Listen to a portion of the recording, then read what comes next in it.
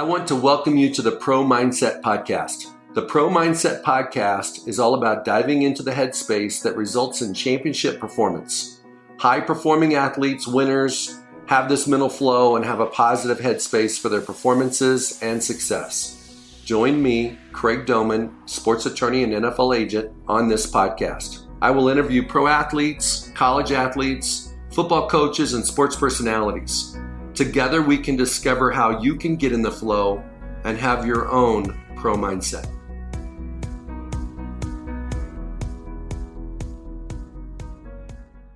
I want to welcome Chris Chester, former NFL offensive lineman, former second rounder from the Baltimore Ravens, to our podcast today. Chris, welcome. Thank you. Thank you for having me. So let's go back to high school. You're from Orange County, Tustin, California. You accepted a scholarship to play for Coach Stoops at Oklahoma as a tight end. Right.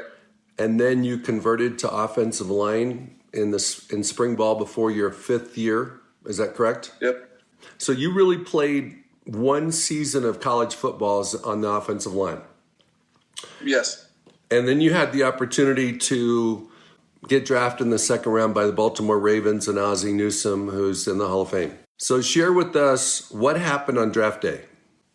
So I remember being in our duplex with my wife, my dad, and some of my friends, and we made the mistake. We started watching all the pre-draft stuff, like way too early.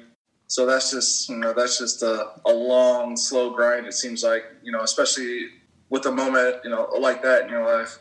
But we did watch it. We got up early, ate a little breakfast, and watched all the gurus talk about who's going where and what team will do what. So that was probably about 8 o'clock in the morning. Probably close to 1 in the afternoon. Finally got the call from Baltimore and said they were interested. And Ozzie called me and asked if I wanted to be a Raven. And of course I said yes, and haven't really looked back. Okay, so let's go back to when you were a rookie in 2006. Mm-hmm. What was the biggest adjustment to the NFL from college? I mean, I was obviously new to O-line, hadn't played a whole bunch, kind of like we mentioned before. And that being said, I was coming from being a tight end. I was kind of able in college to kind of get away with some stuff just because I was maybe a little more athletic in times. But once I got to the NFL, that your athleticism gets you so far, but at a certain point, you need to learn the game. You need to become more sound in your techniques. You just need to play a smarter, faster game, physically and mentally. So that was the biggest adjustment for me. And so you were with Baltimore for 5 years, and because of the lockout and then the rules that affected free agency in 2011, you didn't get to become an unrestricted free agent until after your fifth year. Compared to every single year since 1993, it was 4 years. So you were in the draft class that got caught up into that. So what was your mindset when you had an opportunity to go to the Washington Redskins and you still kind of wanted to stay in Baltimore because your friends were in Baltimore, your loyalty was in Baltimore, but the money was in Washington? Take us through the decision-making process that you had. An opportunity for an athlete like free agency to make some really sincerely life-changing money it's something you have to consider. And as much as I had my friends and my teammates and kind of knew some of the coaching staff, I knew the coaching staff pretty well in Baltimore. I knew this was just too good of an opportunity to miss. And as much as I missed being around those guys, this was ultimately what was best for my career and for my family. Absolutely. What was your fondest memory or your best memory in Baltimore? It's kind of random, but we played one of the last games in the old Cowboy Stadium and ended up winning on 2 back-to-back, like 70-yard runs or something. It was really exciting because, I know that they picked us. They picked our team to be the last game in that old stadium. So, I'm probably exaggerating, but they kind of call you out as kind of what you tell yourself. So we went in there and were able to win the last game in such a historic stadium, which I thought that was really, really a lot of fun. That's awesome. Let's go to Washington. You were in Washington for 4 years. You played every play except 3 in Washington. What was your secret to recovery and being able to do this day in and day out? Well, I think I would go further back to my high school coach, Myron Miller, who kind of really initially taught me how to be a football player. And I'll spare you the X's and O's of high school football, but basically we ran the ball a whole lot. And the whole philosophy was 10-man block so one can run, and it's good for the team, And to me, I really began to value the importance of being accountable and being reliable. It would sincerely kind of, if I couldn't play, I really felt like I was letting the team down, whether I was right or wrong. It's kind of just how I've always felt. And it's kind of set the tone for how I approached my recovery, my training, is to never, ever let my teammates down. And that's pretty much been the core of why, if there was a chance that I could play, I was going to play. Well, that's exactly what you did. Your high school coach did a hell of a job, because very few guys today play like you played when you played. I mean, guys take weeks off. Guys have boo-boos and they kind of take the game off type thing. There's a few guys, especially offensive linemen, that are tough son-of-a-guns that'll play all the time, but a lot of guys don't. You'll see a lot of guys don't play 16 games in a season. I'm going to bounce around a little bit. Let's go back to college and pretend like you were an advisor for a young man coming into the NFL this month. The draft's later this month.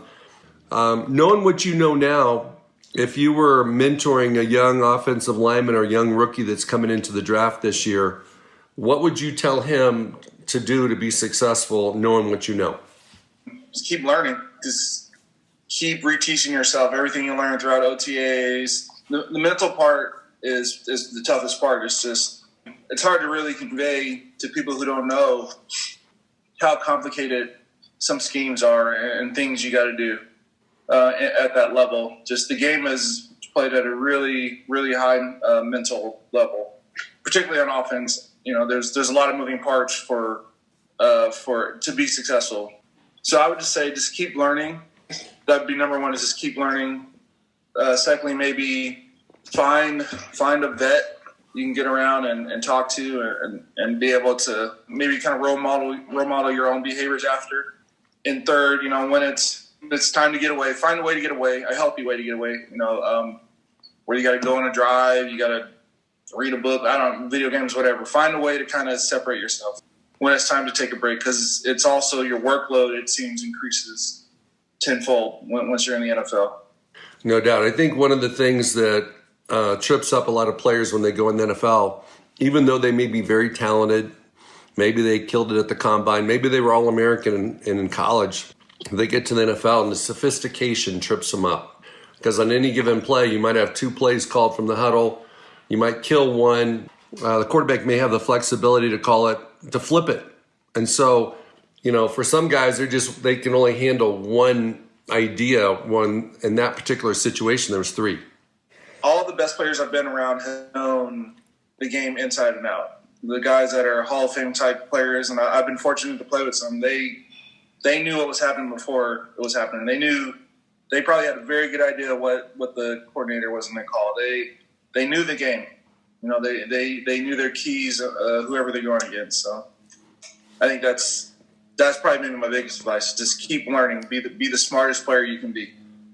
So let's go back to Baltimore and some of those Hall of Famers you played with. Jonathan Ogden. Did you play with Jonathan? Yeah, 2 years. My first 2 years. Ray Lewis, Ed Reed, Steve McNair. I don't know if he's in the Hall of Fame, but he should be if he's not. And there'll probably be a few more coming. Marshall Yonda might end up getting there. You never know. Absolutely, yeah. Just some great talent. Let's talk about Ray Lewis, because he's so well known and he's so inspirational, and he's been, his speaking ability is second to none. What separated him from everyone else in the locker room as a football player? I guess his passion. He talked a big game, but he also played a big game.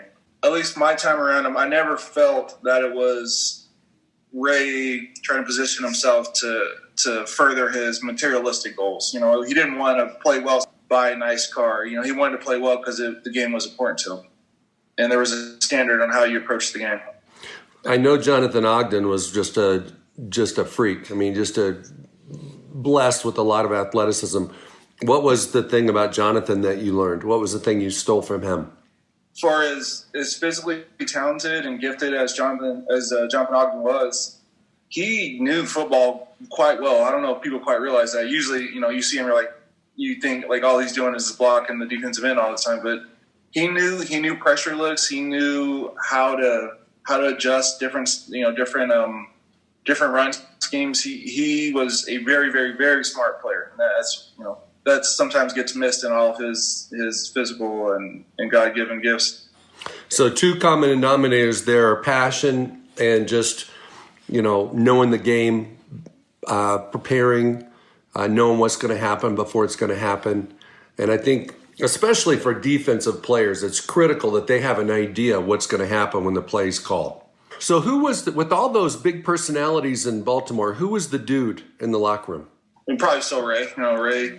Ray wasn't, obviously I don't think anyone could give those kind of speeches every single day of their life or practice, but Ray still, it was always Ray's team.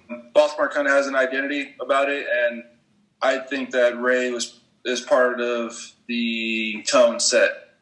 Ray was part of the reason that Baltimore has the identity that it does. Absolutely. Baltimore has an identity as a defensive franchise, and Ray Lewis is a huge part of that.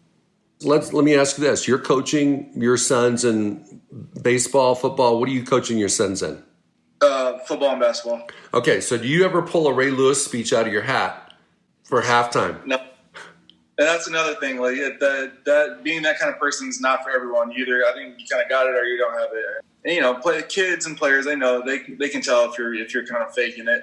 There's other ways. There's just a million different ways to skin a cat. Ray's way was powerful, but I would say to any athlete, if that's not you, then be yourself. If you're a lead by example type person or player, be a lead by example player. Or if your motivational speech is not screaming, but it's a sincere, heartfelt plea of emotion, then be that kind of player. It's just be who you are, because your teammates in the NFL and I guess probably at any level, any higher level, people can tell if is this guy putting on a show or is this guy sincerely passionate about what he's saying. I agree with you, and I think one of the worst things you can do is not be authentic and then have whatever you were trying to communicate backfire. Right, exactly. You were trying to inspire your troops and your teammates, and next thing you know, they're thinking you're fake and they don't really respect you. Yeah, and then it's trust too. How can I trust this guy if he's not even being himself to be where he needs to be in an important situation? Gotcha. Okay, let's move on to Atlanta. You spent your last 2 years in Atlanta, and yes. You went from Baltimore, that was a defensive-minded franchise, to Washington, that was still trying to figure out their identity. Then you go to Atlanta, and they're an offensive juggernaut. Julio Jones, Matt Ryan, etc. What was it like to play in a high-scoring, exciting offense in Atlanta? It was fun. It was, for me, for scheme-wise, it was an absolute best fit I've ever had on any team I've been on. We were very clearly going to be a run, play-action team, and we were good at it. And then we had some incredible weapons with Matt obviously throwing the ball, and I can name an entire list of Julio Jones, Mohamed Sanu, Justin Hardy, Devontae Freeman. Austin Hooper was a rookie tight end. I think he's going to end up being a pretty good player in this league. Jacob Tamu, another great tight end we had. Just Tevin Coleman. It seemed like any of our skill position guys that got the ball was going to make a huge play. And on top of that, it was an incredible group of kind of young old linemen. I was speaking of Hall of Famers, getting play next to Alex Mack. I mean, just one of the best centers ever to do it. That was really cool. And Andy LeVitri over on the left side, learned a lot from him. Jake Matthews on the other side was a great talent. So I've never been on a team that was just so stacked across the board on offense. With all three, 11 seasons, who was the most gifted athlete that you played with, regardless of position? It's probably Julio Jones. There's pretty much throw the ball around him. It's going to be a big play. I felt like he could probably, the right training, he could probably play a couple other positions on the field too, which is kind of scary. Well, I remember going to one of your games in Atlanta, and Julio's the guy that caught my eye because his catching radius was so large, and he was so smooth of an athlete. I mean, you don't see too many guys that can do what he can do. I mean, he was phenomenal. So, incredible. Yeah. So let's talk about Super Bowl 51, your only Super Bowl appearance. You guys, the Falcons, played Tom Brady and the Patriots. Kind of a bittersweet game for you guys for obvious reasons. Tom Brady's win in overtime against you guys was the biggest comeback in Super Bowl history. You guys started out the game with 21 consecutive points to lead 21-0. Right before half, the Patriots got a field goal to make it 21-3 at half, and I think most people thought the game was probably over. You guys went ahead 28-3 before the Patriots started their comeback. How do you look at that experience? How do you look back on your career when you look at the Super Bowl, and how do you put a positive spin on that experience? It was frustrating. We didn't do what we needed. We didn't finish the game, and that's, you have to play 4 quarters, and we just didn't finish. We didn't execute. We had our chances to kind of put it away at times, I felt like. And, it was frustrating. It was definitely terribly frustrating, but I can sincerely walk away from that game. And I think I could probably say the same for most of the other guys on our team, that I don't really know that there's a whole lot that I could have done different. So that's a big reason. I'm able to move on, I think, in part because I don't know what I would really change. Obviously, no one ever plays a perfect game. I'm not saying that I played a perfect game, but realistically, I don't know that there's a whole lot more I could have done different. And then, like I said, I can say that for pretty much most of the team. We just caught some bad breaks, and they made their plays, and this just got away from us. But same reason. I tell my kids it's just a game, and if it was a kind of a gut check. It's like if I can tell my kids that, I kind of have to live it myself, and that's what I've been able to do. No, that's awesome. I mean, just like last night, I don't know if you watched the national championship basketball game. Oh, yeah. Goes to overtime. Somebody's got to lose. And either one of those teams could have won. I was pulling for Tech, and it was like they hadn't won at one point, and then they ended up losing the game by a large margin because of free throws and fouls and whatnot. But I think anytime you get into those championship game type scenarios, somebody's got to lose, and all you can do is all you can do. And that's the thing. Just you need to play the game in such a way that you don't have any regrets. And that was something I took a lot of pride in. Now let's look at your whole career. 11 years. You started over 150 games, which is a huge milestone. Anybody that starts over 100 games anybody gets in the Century Club is big. Okay. So in starting over 150 games, and you got 3 wonderful children, and you're going to have grandkids down the road. When you're sitting in your rocking chair, and one of your grandchildren says, "Grandpa, what was it like to play in the NFL?" And maybe it's a little boy that aspires to play in the NFL at that point. What are you going to remember? You're going to remember the relationships. You're going to remember the competition. You're going to remember going to the Super Bowl. You're going to remember your friends. What? Tell us what you would remember. The first thing that comes to mind is got to be our relationships. That extends outside of football. I think most people can relate to when you look back on what was really important. I hope that most people can say it was the relationships that I built with my peers and my family and my coworkers. And those are, maybe it's a little bit different in football because the goal is quite clear. It should be quite clear for everyone. If you work at some IT company, it's kind of like there's a million different goals, right? Right. In football, it's pretty simple. So we win the Super Bowl, win this game, win this drive. What you're trying to achieve is very clear, and everyone understands that. And you kind of go through some things together, and so those relationships those bonds are very strong. So that's the first thing that comes to mind. Secondly, I'd have to say just competing and preparing is also very hard to duplicate. Well, and I'm 3 years out, but it's hard to kind of duplicate that same kind of intensity and kind of a more kind of in a normal life. It's hard to recapture that. I think that's what a lot of guys miss when they get out is the competition, the adrenaline, how important what you're trying to accomplish is because there's so many people watching in the stadium as well as on TV. And there's consequences to your success or failure because every day, every Wednesday when you come into the stadium to go to work, there's another guy that just got cut. What is that like? Do you guys just get numb to it?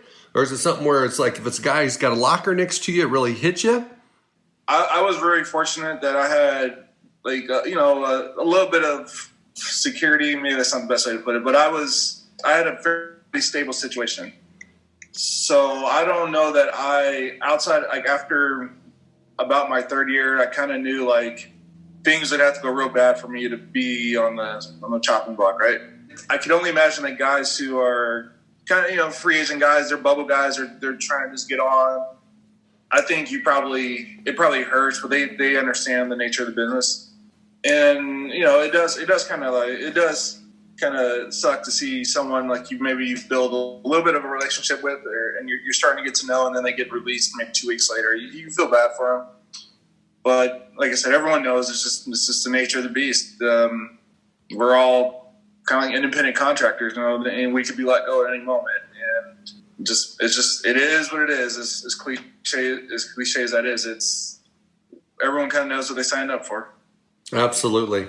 Let's shift over to, you were married your whole career. You're still married, and there's a impact that the NFL career makes on a wife. So tell us from Kirby's perspective, if I was asking Kirby, what was the most fun thing for her being a wife of an NFL player? So first thing that kind of comes to mind is I think Kirby would say probably the best part is the relationships we've built. The NFL experience is it's very unique, very nuanced, and like I said earlier, it's very hard to duplicate in any other line of employment, I would venture to say.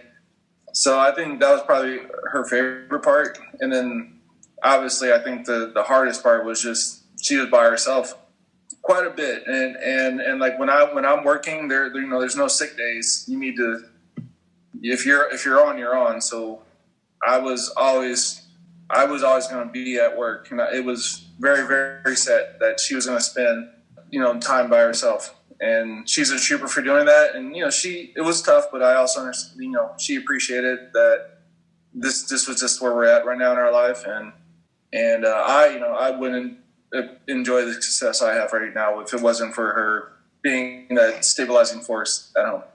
I agree with that. Kirby's an awesome young lady, and she knew what she was signing up for too. And she did a heck of a job taking the pressure off you during training camp when you were pretty much 24/7 doing football. And then I think Kirby's also one of those ladies that understood that, hey, I got to be the mom and the dad sometimes during the season, especially when you were on the road for away games. Yep. But I also think that you guys had a good mojo together because during the off season, you guys got an opportunity to get reconnected. You got an opportunity to be super dad during the off seasons. And now you have an opportunity full time to be a super dad. What do you think you're a very unique person, okay? You're very intelligent. You've got life after football. You've got loyalty and a sound family unit. Unfortunately, that's not the case for a lot of NFL players. You also played for more than a decade, which the average career length is like less than 3 years. Even though there's few guys, there's 8 to 10 guys on every team that's probably played around 8 to 10 years, maybe a little bit more, some of the quarterbacks and kickers.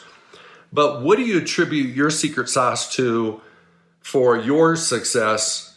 What made you tick? Was it your belief in yourself? Was it your passion? Was it, your what was your why? Was it financial security for your family? I was fortunate enough to have a lot of really good influences coming up as a child, as a young man, as a young adult. So I I attribute a lot of my success to that. I had a inherently good framework and people who taught me how to do things the right way. So I'm grateful for that. And I think that finding work-life balance was very important to me because I wanted to be able to function after football too, and I knew how important it was. Obviously, it paid the bills, bought my house and all this stuff. But work-life balance is probably the most important thing. When I was in, and I was able to be out when I was trying to be out. I think that was the key to my ability to kind of have such a long run. From my perspective, I agree with you. And I would say that a lot of guys that act like 40-year-olds when they're 25 have an opportunity to play longer because you want to work your butt off when you're at work and then you want to be home when you're home. And you don't want to be thinking about work when you're off. Where I think a lot of guys in their 20s, they're all or nothing. Okay? When they're playing in the NFL, they get all consumed by it and they burn out. Where the guys that have families and marriages and other interests outside of football, they can keep that balance. Yeah, and I was fortunate. At the time, didn't realize it, but I had a 1-year-old going into my first year of the NFL, so I like to think I would make good decisions, but I was kind of forced to have to be. I was forced to be off when it was time to be off. There's anyone who's got kids knows when they're on, they're on. Then when they're on, there's no messing around. They need you. You're not going to be able to sneak away and get caught up thinking about football or watching film or whatever. When they need you, they definitely need you. There's no gray about it. Absolutely. Let's go to Boomer Sooner land. Holy smokes. 2 Heisman Trophy winners the last 2 years.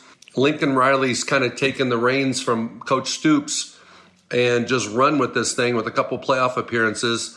What's going on in Norman, Oklahoma?